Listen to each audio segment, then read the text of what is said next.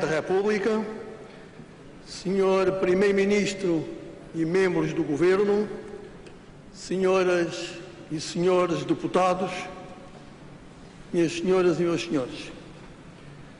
Ao iniciar funções como Presidente da República, quero começar o meu mandato saudando o povo português de uma forma muito calorosa. Saúdo todos os portugueses, quer os que vivem no nosso país, no continente e nas regiões autónomas, quer os que engrandecem o nome de Portugal nas comunidades da diáspora. Saúdo os portugueses que me ouvem, mas também aqueles que, através da língua gestual, acompanham a palavra fraterna que lhes quero dirigir neste dia. De todos, serei Presidente. Serei Presidente dos portugueses que me honraram com o seu voto, mas também daqueles que o não fizeram. É perante todos, sem exceção, que aqui assumo o compromisso solene de cumprir e fazer cumprir a lei fundamental da nossa República.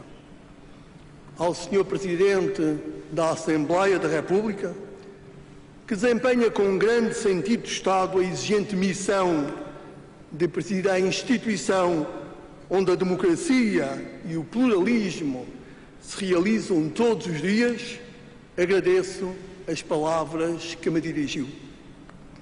Assumo perante vós, senhores deputados, o firme e sincero propósito de colaborar com a Assembleia da República, na certeza de que o momento que o país atravessa exige uma especial cooperação entre as diversas instituições democráticas. Ao Governo e ao Sr. Primeiro-Ministro reitero o compromisso de cooperação que há 5 anos assumi perante os portugueses. Pela minha parte, pode contar o Governo com uma magistratura ativa e firmemente empenhada na salvaguarda dos superiores interesses nacionais. Enquanto Presidente da República, cumprirei escrupulosamente os compromissos que assumi perante os portugueses no meu manifesto eleitoral. No quadro de todos os poderes que me são conferidos pela Constituição, serei rigorosamente imparcial no tratamento das diversas forças políticas, mantendo neutralidade e equidistância relativamente ao Governo e à oposição. Irei cooperar com os demais órgãos de soberania para que Portugal ultrapasse as dificuldades do presente e atuarei como elemento moderador das tensões da vida política e como fator de equilíbrio do nosso sistema democrático. Agradeço a presença nesta cerimónia dos representantes de países amigos, em particular dos países de língua oficial portuguesa. Reconheço no vosso gesto um sinal de apreço por uma nação soberana de muitos séculos, orgulhosa do seu passado e confiante no seu futuro.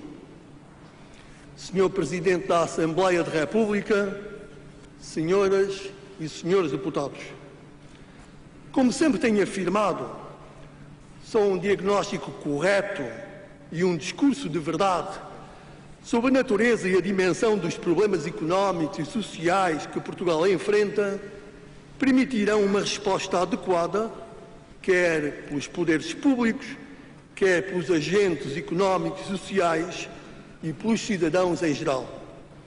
A informação objetiva sobre a situação económica e social do país é um bem público que beneficia a sociedade no seu conjunto, porque estimula comportamentos favoráveis à resolução das dificuldades. Os indicadores conhecidos são claros. Portugal vive uma situação de emergência económica e financeira, que é já também uma situação de emergência social, como tem sido amplamente reconhecido. Acredito que conseguiremos ultrapassar os problemas atuais se formos capazes de dar uma resposta verdadeiramente coletiva aos desafios que temos à nossa frente, o que exige transparência e um conhecimento rigoroso e completo da situação em que nos encontramos. Como em tudo na vida, para delinearmos o melhor caminho para atingirmos o futuro que ambicionamos, temos de saber de onde partimos. Nos últimos 10 anos, a economia portuguesa cresceu uma taxa média anual de apenas 0,7%, afastando-se dos nossos parceiros da União Europeia. Esta divergência foi ainda mais evidente no caso do rendimento nacional bruto, que constitui uma medida aproximada do rendimento efetivamente retido pelos portugueses. O rendimento nacional bruto per capita, em termos reais, cresceu apenas 0,1% ao ano, refletindo na prática uma década perdida em termos de ganhos de nível de vida. De acordo com as últimas estimativas do Banco de Portugal, o crescimento potencial da economia portuguesa, o qual determina a capacidade futura de reembolso do endividamento presente, é atualmente inferior a 1%. E em 2010, o valor real do investimento ficou cerca de 25% abaixo do nível atingido em 2001. O déficit externo de Portugal tem permanecido em valores perto de 9% do produto, contribuindo por força do pagamento de juros ao exterior para a deterioração do saldo da balança de rendimentos, cujo déficit anual, de acordo com o Banco de Portugal, se aproxima rapidamente dos 10 mil milhões de euros, privando a nossa economia de recursos fundamentais para o seu desenvolvimento. Simultaneamente, a taxa de poupança nacional tem vindo a decair, passando de cerca de 20% do produto em 1999 para menos de 10% nos últimos 2 anos. Em 2010, o desemprego atingiu mais de 600 mil pessoas, o que contrasta com cerca de 215 mil em 2001. Nestes 10 anos, a taxa de desemprego subiu de 4% para um valor de 11%.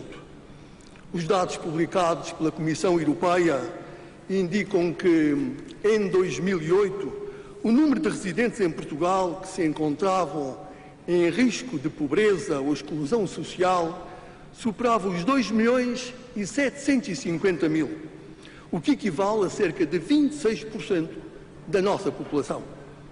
De acordo com as informações qualitativas disponibilizadas pelas instituições que operam no terreno, esta situação ter-se agravado nos últimos 2 anos. A margem de manobra do Estado português para acudir às necessidades de crescimento da economia e para combater os problemas de natureza social encontra-se severamente limitada, como provam os níveis da despesa pública, da dívida pública e do endividamento do setor empresarial do Estado, a que acrescem os encargos futuros com as parcerias público-privadas. Também a capacidade dos agentes nacionais acederem ao crédito e de financiarem quer as suas necessidades de capital, quer o crescimento da economia, está cada vez mais dificultada. O saldo devedor da posição de investimento internacional, que corresponde ao grau de endividamento líquido da economia, é superior a 100% do produto. Os mercados continuam a limitar fortemente o recurso ao financiamento por parte do sistema bancário nacional, o que se reflete no agravamento das restrições de acesso ao crédito por parte das famílias e das empresas e num aumento das taxas de juros. Além disso, o financiamento do Estado continua a ser feito a taxas anormalmente elevadas, condicionando o funcionamento do sistema financeiro português e da nossa economia. É elementar perceber que, como escreve o Banco de Portugal no seu último boletim económico, e cito, o atual contexto de elevados prémios de risco da dívida soberana para Portugal implica um serviço da dívida externa acrescido. Existe, assim, um risco sério de o pagamento dos juros ao exterior travar a indispensável redução do desequilíbrio externo, mesmo no caso de um comportamento positivo das exportações. Vários outros indicadores podiam ser apresentados para confirmar que Portugal se encontra numa situação particularmente difícil.